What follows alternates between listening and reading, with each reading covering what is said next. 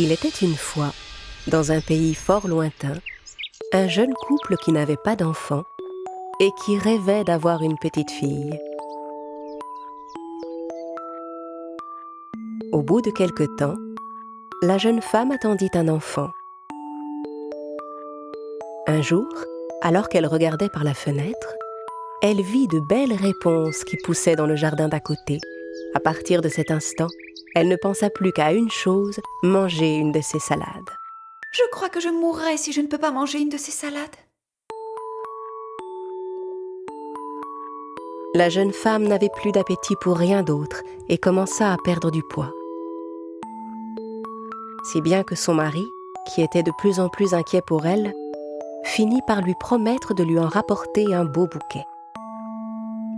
Ne t'inquiète pas, ma chérie. Je vais aller t'en cueillir, d'accord ? Mais enfin, c'est beaucoup trop dangereux, tu le sais. La maison voisine appartenait à une terrible sorcière, et le jardin était entouré de hauts murs que personne n'osait franchir. Le mari rassembla tout son courage et escalada le mur. Puis il sauta dans le jardin et cueillit une poignée de réponses.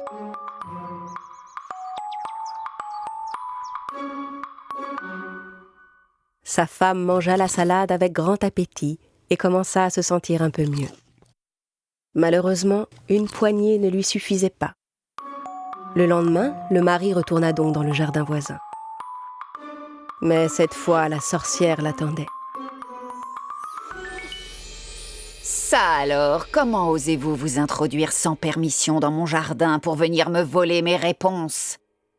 Ma femme est enceinte et depuis qu'elle a vu vos salades, elle ne veut plus rien manger d'autre. Vous auriez quand même pu me demander la permission, c'est la moindre des choses. C'est que nous avions peur. Je ne pensais pas que vous accepteriez, pardonnez-moi. Que je vous pardonne ? Mais, au contraire, vous méritez d'être puni. Si ma femme ne peut pas manger de vos salades, elle va dépérir et jamais nous n'aurons notre enfant. Pitié ! Bon, très bien. Dans ce cas, faisons un marché. Vous pourrez prendre autant de salades que vous voulez dans mon jardin, mais ceci à une seule condition. Aussitôt que votre bébé sera venu au monde, je viendrai le chercher et pour toujours, il sera à moi. Terrorisé, le mari accepta immédiatement son offre. Quelques mois plus tard, le bébé vint au monde. Aussitôt, la sorcière arriva et emporta la petite avec elle. Elle appela l'enfant Réponse, du nom des salades qui avaient tant fait envie à sa mère quand elle l'attendait. La sorcière prit grand soin de la fillette.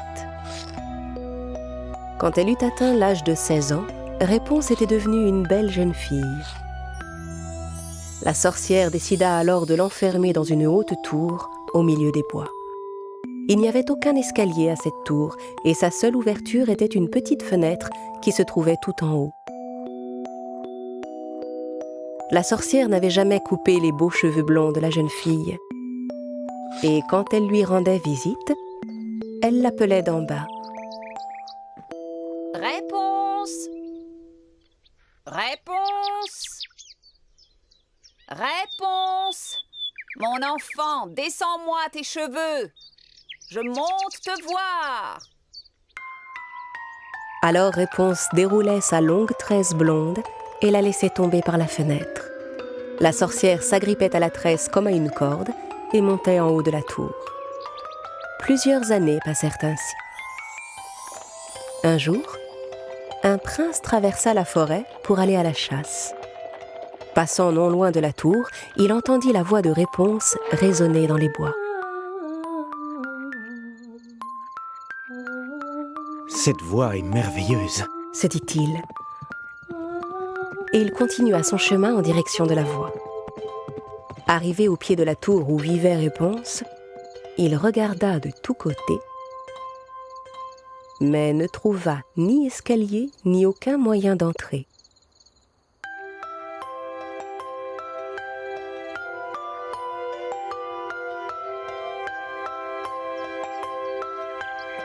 Subjugué par la beauté de la voix qu'il avait entendue, le prince revint chaque jour à la tour, sans jamais trouver comment y monter.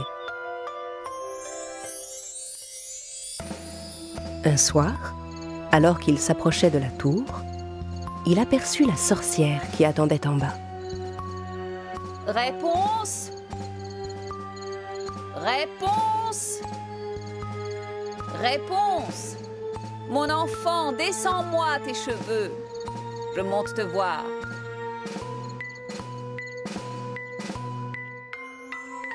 Alors Réponse déroula sa tresse blonde et la laissa tomber par la fenêtre. La sorcière s'agrippa aux cheveux et monta tout en haut de la tour. Le lendemain, à la tombée de la nuit, le prince revint à la tour et, changeant sa voix, « Réponse! Réponse! Réponse, mon enfant, descends-moi tes cheveux. Je monte te voir. »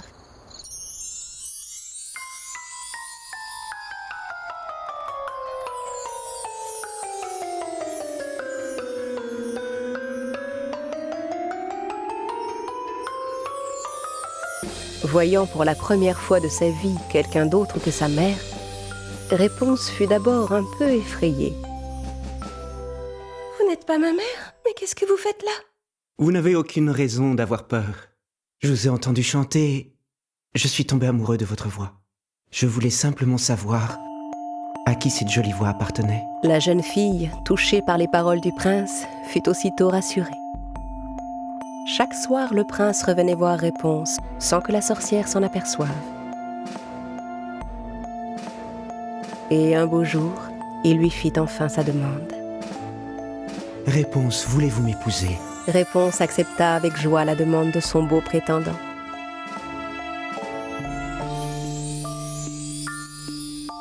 Mais la jeune fille ne savait pas comment sortir de sa tour. Soudain, elle eut une idée. Elle demanda au prince de lui apporter un morceau de tissu à chacune de ses visites. En attachant les morceaux de tissu les uns aux autres, Réponse entreprit de fabriquer une corde. Mais un jour, alors qu'elle était un peu distraite, la jeune fille laissa échapper une parole qui la trahit. « Mère, comment se fait-il que le prince monte plus vite que vous ?» Comment? Quel prince? Quel prince? Alors la sorcière comprit que sa fille lui cachait quelque chose et entra dans une colère noire. Comment as-tu osé me trahir? Traîtresse, quand je pense que j'ai tout fait pour te protéger de tous les terribles dangers du monde. Incapable de contenir sa rage, la sorcière saisit les cheveux de Réponse et les coupa.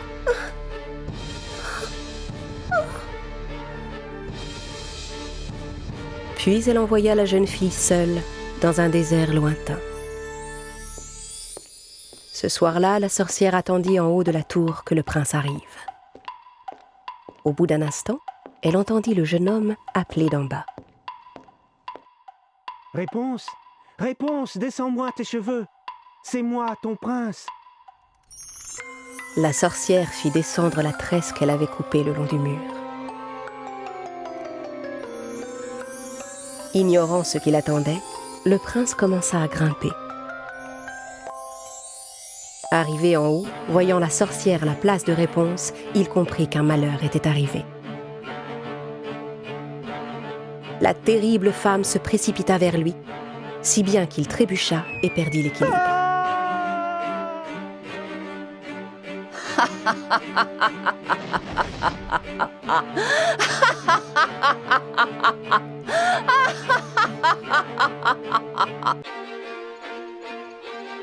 Tombé dans les buissons au pied de la tour, le prince resta en vie. Mais les épines lui crevèrent les yeux et le pauvre jeune homme perdit la vue. Le prince aveugle erra longtemps dans la forêt, les yeux pleins de larmes, à la recherche de réponses. Il se nourrissait de plantes et de fruits qu'il trouvait dans les bois. Il marcha si longtemps que ses pas finirent par le conduire dans le désert où Réponse vivait. C'est alors qu'une chose extraordinaire arriva. Il entendit un doux chant non loin de lui et reconnut aussitôt la voix de sa bien-aimée. C'est la voix de Réponse. Il marcha en direction de la belle voix tout en appelant. Réponse! Réponse! Réponse! La jeune fille reconnut elle aussi la voix de son prince. Alors elle s'élança vers lui. Enfin, ils s'étaient retrouvés. Heureuse de revoir son bien-aimé, Réponse le prit dans ses bras et versa des larmes de joie. Les larmes de la jeune fille tombèrent sur les yeux du prince, et soudain, il se produisit un véritable miracle. Le prince ouvrit les yeux et recouvra la vue. Réponse était tellement heureuse.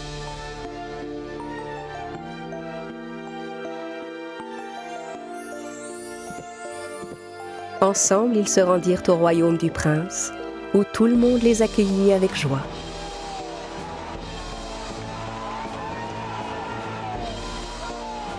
Et ils vécurent heureux pour toujours.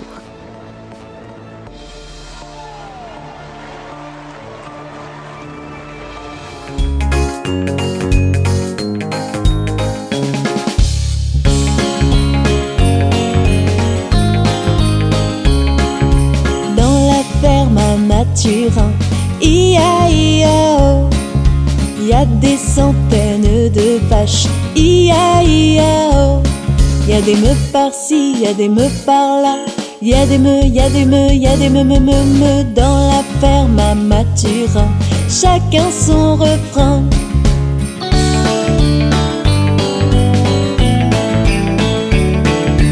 Dans la ferme à Mathurin, ia-ia-o.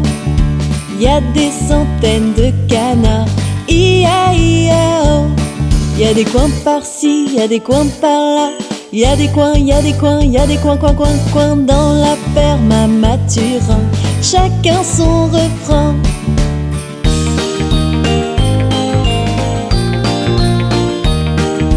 Dans la ferme à Mathurin, ia-ia-o. Y a des centaines de chevaux, ia-ia-o. Y a des i par-ci, y a des i par-là. Y a des i, y a des i, y a des i dans la ferme à Mathurin. Chacun son refrain.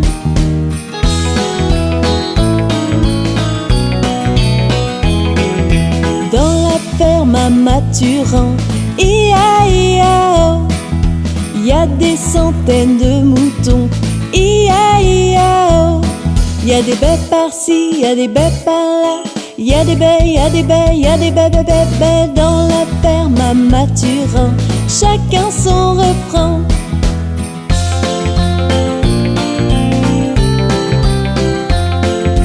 Dans la ferme à Mathurin, ia-ia-o. Y a des centaines de chiens, ia-ia-o. Y a des oufs par-ci, y a des oufs par-là. Y a des oufs, y a des oufs, y a des ouf, ouf, ouf, ouf dans la ferme à Mathurin. Chacun son refrain.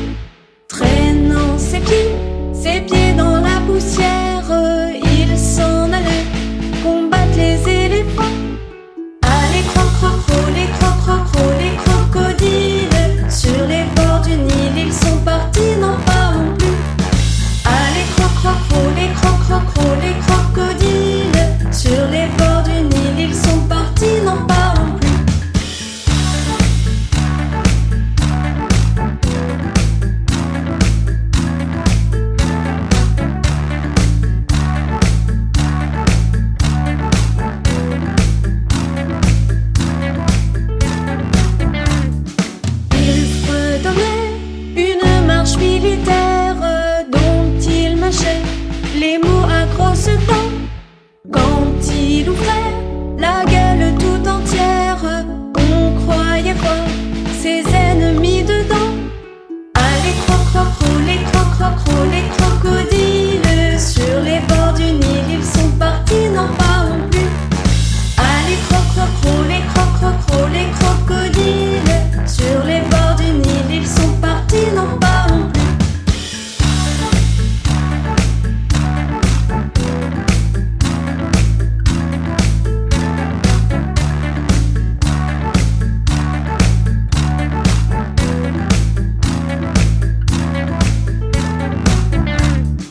Un éléphant parut et sur la terre se prépara ce combat de géants. Mais près de là coulait une rivière. Le crocodile s'y jeta subitement. Allez, croc-croc-cro, les croc-croc-cro, les crocodiles. Sur les bords du Nil, ils sont partis, n'en parlons plus. Allez, croc-croc-cro, les croc-croc-cro, les crocodiles. Sur les bords du Nil, ils sont partis, n'en parlons plus.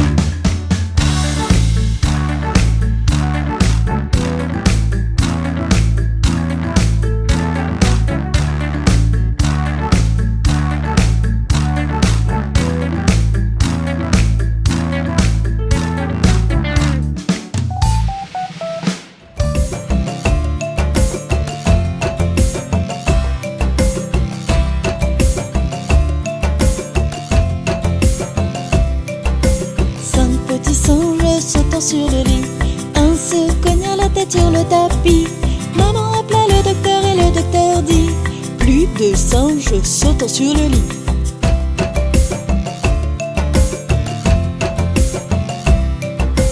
Quatre petits singes sautant sur le lit, un se cogna la tête sur le tapis. Maman appela le docteur et le docteur dit: plus de singes sautant sur le lit.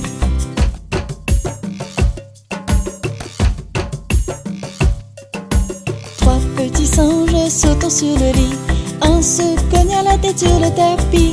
Maman appela le docteur et le docteur dit: plus de singes sautant sur le lit.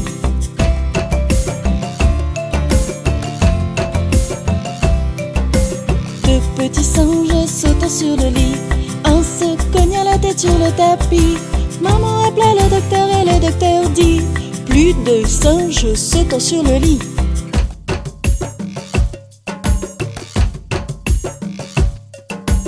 Un petit singe sautant sur le lit, un se cogna la tête sur le tapis. Maman appela le docteur et le docteur dit: plus de singes sautant sur le lit.